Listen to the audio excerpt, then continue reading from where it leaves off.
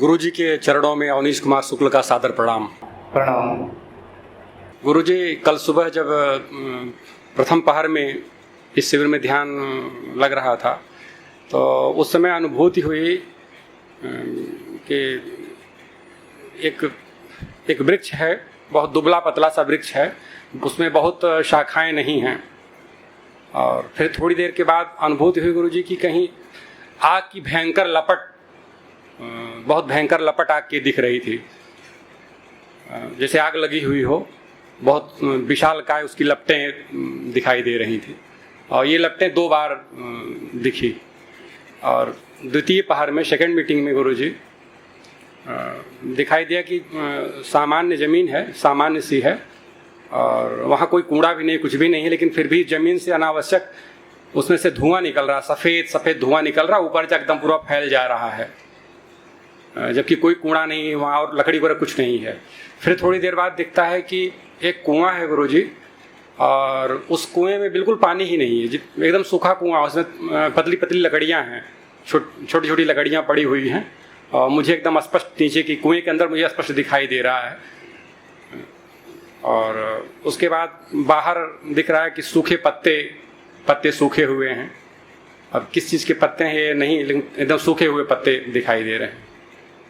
और अब कल जब आप रात में जब वो कर रहे थे, आशीर्वाद दे रहे थे, शक्तिपात, जी गुरुजी, शक्तिपात जब कर रहे थे तो उस समय गुरुजी ऊं, मतलब पहले देखा जैसे मेरे सामने चारों तरफ ऊंग लिखा हुआ है जी, ऊंग लिखा हुआ है।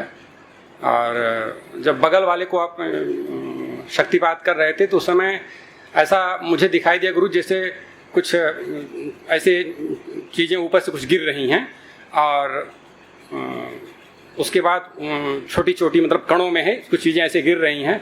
फिर तुरंत उसके बाद एक त्रिशूल है, उसमें सुनहले रंग का सांप ऐसे लपेटे हुए है और मेरे सामने ऐसे लिपटा हुआ, ऐसे जैसे त्रिशूल हमारे सामने से जा रहा है, सांप ऐसे लपेटा हुआ, ऐसे ऊपर फन फुलाए हुए है ऐसे। बस यही अनुभूति है गुरुजी। आपके सभी अनुभव बहुत अच्छे हैं। अगर एक एक अर्थ बताऊँ, एक एक अनुभव का अर्थ बताऊँगा तो बहुत समय हो जाएगा, लेकिन सभी अच्छे अनुभव अच्छे हैं। इससे स्पष्ट होता है कि आपके चित्त पर प्रभाव पड़ रहा है जो आप यहाँ पर आए हुए हैं। कुछ कर्माशय नष्ट होने का संकेत दे रहे हैं, कुछ शुद्धता की ओर संकेत दे रहे हैं। बस उन्हीं से संबंधित मिलते जुलते अर्थ निकलते हैं।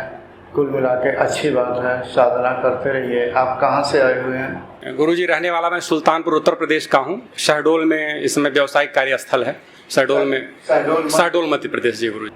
क्या करते हैं? हमारा स्कूल कॉलेज है, उसी का संचालन कर रहा हूँ। अच्छा, संचालन कर रहे हैं। अच्छा, तो कितना समय निकल आता है ध्यान करने के लिए?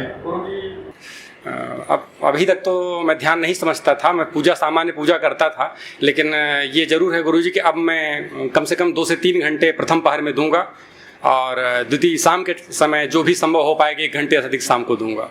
खैर चलो, अभी तक नहीं समझते थे, अब समझ लिया, लेकिन अनुभव अच्छे सुना रहे हो।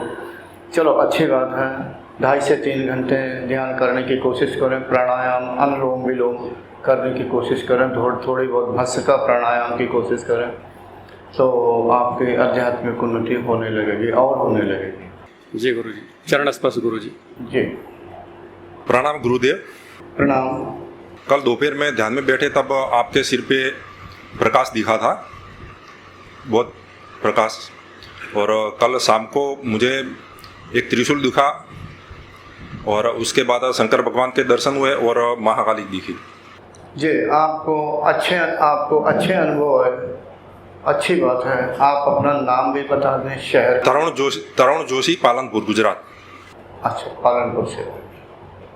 अच्छी बात है, आप इतनी दूर से आ रहे हैं यहाँ पर, और आपको अनुभव भी अच्छे अच्छे आ रहे हैं, आए हुए हैं। साधना करते रहिए। क्या काम करते हैं घर में?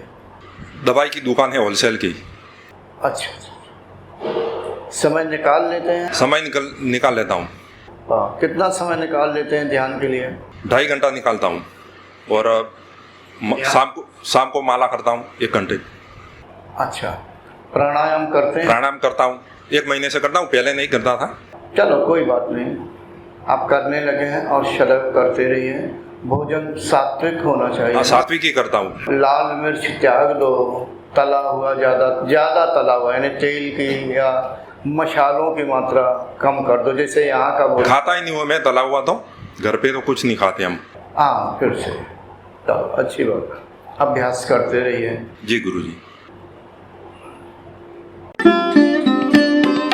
Thanks for watching.